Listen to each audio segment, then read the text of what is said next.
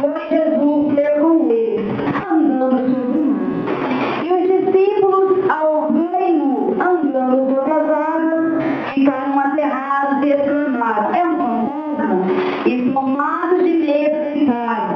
Mas Jesus imediatamente lhes disse: tende bom ânimo, sou eu, não foi mais. Respondendo-lhe Pedro, disse: se és tu, Senhor, manda-me ir eu contigo sobre as águas. E ele disse: sim.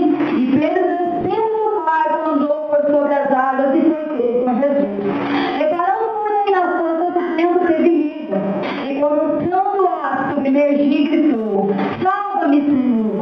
E prontamente Jesus, estendendo-lhe a mão, tomou-lhe e disse: homem, fique em pé. Do que duvidaste?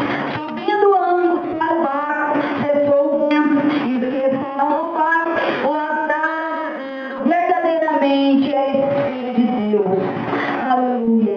Eu quero dizer, meus amados irmãos, essa noite, que se você está nesse barco, eu posso dizer que esse barco, talvez ele pode significar a sua casa, ele pode significar o seu trabalho, ele pode significar a casa da tua mãe, do teu pai, ele pode significar qualquer lugar que esteja talvez sobrando vento contrário na tua vida. Ele pode significar qualquer lugar, qualquer situação o qual você esteja vivendo nessa noite. Qualquer vento contrário que esteja soprando sobre a tua vida.